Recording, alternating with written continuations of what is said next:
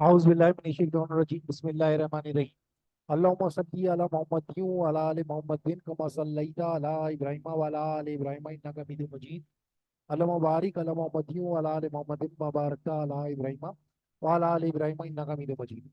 सी language का ये practical हमारा जिसका ऑब्जेक्ट है write a program which generates a table of a given number by inputting the number from user।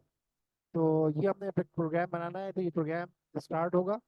Start होने के बाद हम एक वेरिएबल का इनपुट लेंगे, जो भी गिवन नंबर जिसका टेबल चाहिए होगा वो यूजर से इनपुट लेंगे और उसको स्टोर कर लेंगे नंबर नाम के वेरिएबल में।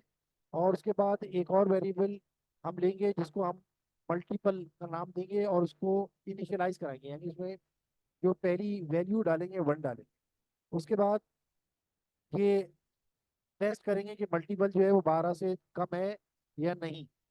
12 से कम अगर होगा, यस होगा, तो हम क्या करेंगे, उस नंबर को प्रिंट करेंगे, उसके मल्टीपल को प्रिंट करेंगे और उनका जो प्रोडक्ट होगा उसको प्रिंट कर देंगे। और उसके बाद मल्टीपल में जो है एक का इजाफा कर देंगे और उसके बाद दोबारा इसको टेस्ट करेंगे, यानी मल्टीपल जो होगा उसमें एक का जब इजाफा हो जाएगा तो मल्टीपल वन था, वन प्लस वन टू हो जाएगा। टू को टेस्ट करेंगे, टू 12 से छोटा होगा तो दोबारा नंबर को उसके मल्टीपल यानी कि टू को और उसके प्रोडक्ट को यानी जो नंबर दिया हुआ उसको मल्टीप्लाई टू करके उसका जो प्रोडक्ट आएगा उसको डिस्प्ले करेंगे। और उसके बाद अगेन मल्टीपल में एक का इजाफा कर देंगे, मल्टीपल की वैल्यू जो टू थी वो थ्री हो जाएगी। और इसी तरह से फिर दोबारा इसको टेस्ट करेंगे, three is less than equal to 12। तो थ्री जो है 12 से छोटा होता है, तो लिहाजा दोबारा ये लूप चलेगा और ये कब तक चलेगा, जब तक कि इसकी वैल्यू 12 नहीं हो जाएगी। ये इसी तरीके से लूप चलता रहेगा और जब आखिरी वैल्यू इसकी 12 हो जाएगी तो 12 is equal to 12। Condition true है तो यहाँ पे प्रिंट होगा, जो भी आपने नंबर दिया होगा वो प्रिंट होगा, उसका मल्टीपल 12 प्रिंट होगा और इन दोनों का प्रोडक्ट प्रिंट हो जाएगा।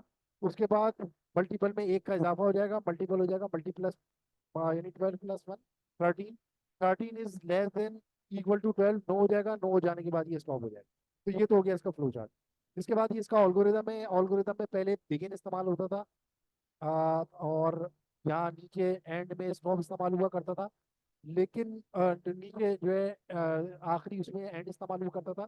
लेकिन क्योंकि फ्लो चार्ट में स्टार्ट और स्टॉप इस्तेमाल होता है तो लिहाजा जो मैट्रिक की यहाँ की बुक्स है उसमें भी अब ये स्टार्ट एंड स्टॉप यूज होना शुरू हो गया है। लिहाजा मैंने यहाँ से बिगिन और एंड को हटा के स्टार्ट स्टॉप को लगा दिया ऑल्गोरिदम में।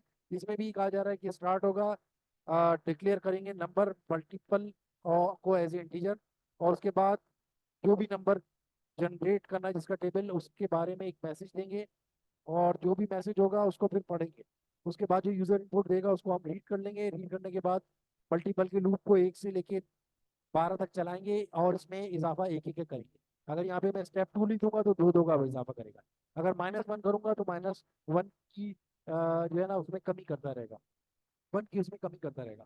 तो लिहाजा क्योंकि मैंने वन दिया तो लिहाजा ये वन स्टेप अप चलता रहेगा। उसके बाद क्या करेंगे, हम नंबर को स्टेरिक के साइन को मल्टीपल को और इनके प्रोडक्ट को डिस्प्ले कराएंगे।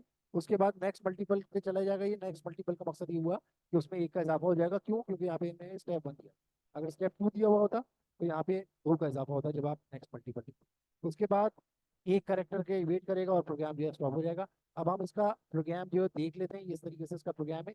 ये थोड़ा सा लंबा प्रोग्राम है, लिहाजा हम इसको शॉर्ट में बनाने की कोशिश करेंगे। शॉर्ट में आपको दिखाते हैं, ये आपका प्रोग्राम है। ये टैब मैंने ऑलरेडी खोला हुआ है। टैब को खोलने के बाद आप इंक्लूड करेंगे S T D IO dot H, फिर इंक्लूड करेंगे कॉन आईओ डॉट एच। वो जो आप वेट लगाएंगे यानी कि गेट सी एच की स्टेटमेंट लगाएंगे उसके लिए कॉन आईओ डॉट एच इस्तेमाल होगा। उसके बाद मेन फंक्शन आपने लिखा, मेन फंक्शन के बाद इसकी बॉडी को स्टार्ट किया। बॉडी को स्टार्ट करने के बाद जो दो वेरिएबल्स आप इस्तेमाल कर रहे हैं नंबर और मल्टीपल, वो यहाँ पे डिक्लेयर कर देंगे। अगर आप अपनी मर्जी का नंबर देना चाहते हैं, नंबर के बजाय आप गिवन नंबर लिखना चाहते हैं, यहाँ पे आप जो है यहाँ पे कुछ और लिखना चाहते हैं, आप एन यू एम लिखना चाहते हैं, खाली एन लिखना चाहते हैं, मल्टीपल की बजाय एम यू एल लिखना चाहते हैं, खाली आपकी अपनी मर्जी। इसके बाद आप क्या करेंगे, ये स्क्रीन को क्लियर करने के लिए स्टेटमेंट इस्तेमाल होती है, system bracket open inverted commas C L S inverted commas close bracket close semicolon. और टर्बोस की अगर आप इस्तेमाल कर रहे हैं तो फिर ये स्टेटमेंट काम नहीं करेगी। ये स्टेटमेंट ये C L R S C R की स्टेटमेंट जो है वो काम करेगी। तो लिहाजा अगर आप टर्बोस इस्तेमाल करें तो C L R S C R, और अगर डेव इस्तेमाल कर रहे हो तो सिस्टम ब्रैकेट में सी एल एस आपने इस तरह से लिखना होगा। इसके बाद आप मैसेज कन्वे करेंगे। जो भी यूजर बैठा होगा उसके सामने ब्लैंक स्क्रीन आएगी, वो कुछ नहीं समझ सकता, तो लिहाजा उसको कुछ समझाने के लिए आपको कोई आउटपुट स्टेटमेंट इस्तेमाल करनी पड़ेगी। तो इसमें हमारे पास जो सी लैंग्वेज में है उसमें एक आउटपुट की स्टेटमेंट प्रिंट एफ है। प्रिंट एफ में ब्रैकेट और इन्वर्टेड कॉमास में जो भी आप देंगे वो एज इट इज प्रिंट होगा। अगर जो है वो आप अल्फाबेट्स में देते हैं, अलबत्ता ये बैक स्लैश एन और बैक स्लैश टी जो है, ये बैक स्लैश एन इस्तेमाल होता है न्यू लाइन के लिए, और बैक स्लैश टी होता है आपका टैब के गैप के लिए। तो ये न्यू लाइन में जाएगा और टैब का गैप देगा, उसके बाद मैसेज देगा enter any number to generate it's table, और उसके बाद सवाली निशान आ जाएगा। ये मैसेज तो उसको कन्वे हो गया, लेकिन अब आपने उससे इनपुट भी लेना है। तो इनपुट लेने के लिए उसको आप जिस वेरिएबल को स्टोर करेंगे उसका हमने पहले ही डिक्लेयर किया हुआ है, उसका नाम है नंबर। तो हम इनपुट स्टेटमेंट इस्तेमाल करेंगे स्कैनर, और क्योंकि ये डेसिमल नंबर है, परसेंट डी का साइन इस्तेमाल करके, फॉर्मेट स्पेसिफायर इस्तेमाल करके जो भी नंबर दिया जाएगा वो नंबर में स्टोर हो जाएगा। यूजर जो कीबोर्ड से इनपुट देगा वो नंबर में स्टोर हो जाएगा। उसके बाद फिर हम ये लूप चलाएंगे, फॉर लूप, जिसमें जो भी नंबर दिए गए हैं उसके मल्टीपल्स को हम 1 से लेके 12 तक देखेंगे ताकि उसका टेबल जनरेट हो सके। इसी वजह से हमने मल्टीपल को 1 से इनिशिएट किया है, और लेस देन इक्वल टू 12 की कंडीशन लगाई है कि जब तक ये 2 है ये लूप जो है चलता रहेगा। और इसमें इजाफा जो है प्लस प्लस का किया है मल्टीपल में, ताकि 1 के बाद 2 है, 2 के बाद 3 है। जैसे कि मैंने कहा कि इसमें ज्यादा का भी इजाफा किया जा सकता है और इसमें कमी भी की जा सकती है, माइनस का साइन लगा के कमी की जा सकती है। प्लस इज इक्वल्स टू 2 या प्लस इज इक्वल्स टू 3 लगाकर जो है इसमें ज्यादा का इंक्रीमेंट भी किया जा सकता है। लेकिन फिलहाल हमारी नीड सिर्फ एक ही की इजाफे की है, लिहाजा मल्टीपल प्लस प्लस कर दें। इसके बाद बॉडी ऑफ फॉर स्टार्ट होगी इस ब्रैकेट से, कर्ली ब्रैकेट से। अब आपने क्या करना है, आपने स्टेटमेंट देनी है आउटपुट की, और टेबल जिस तरीके से जनरेट होता है उसी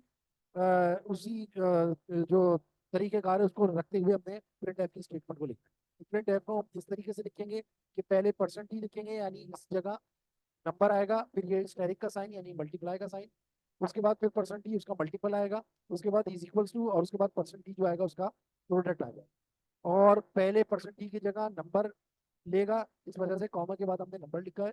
दूसरे परसेंट टी की जगह हमने मल्टीपल को डिस्प्ले करवाना है, लिहाजा कॉमा के बाद जो दूसरी चीज देंगे हम वो मल्टीपल देंगे।